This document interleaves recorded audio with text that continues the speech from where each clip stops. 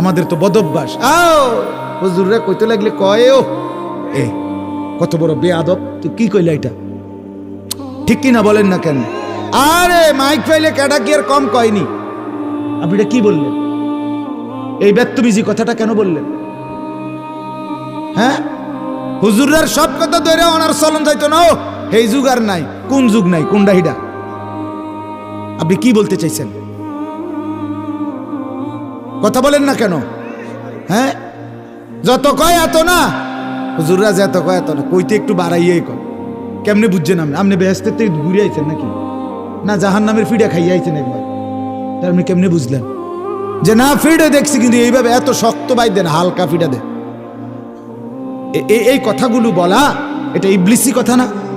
এটা শয়তানের কথা কিনা বলেন না কেন? ইমানদার তো এটা বলে না, মুমিন তো বলে আমান্না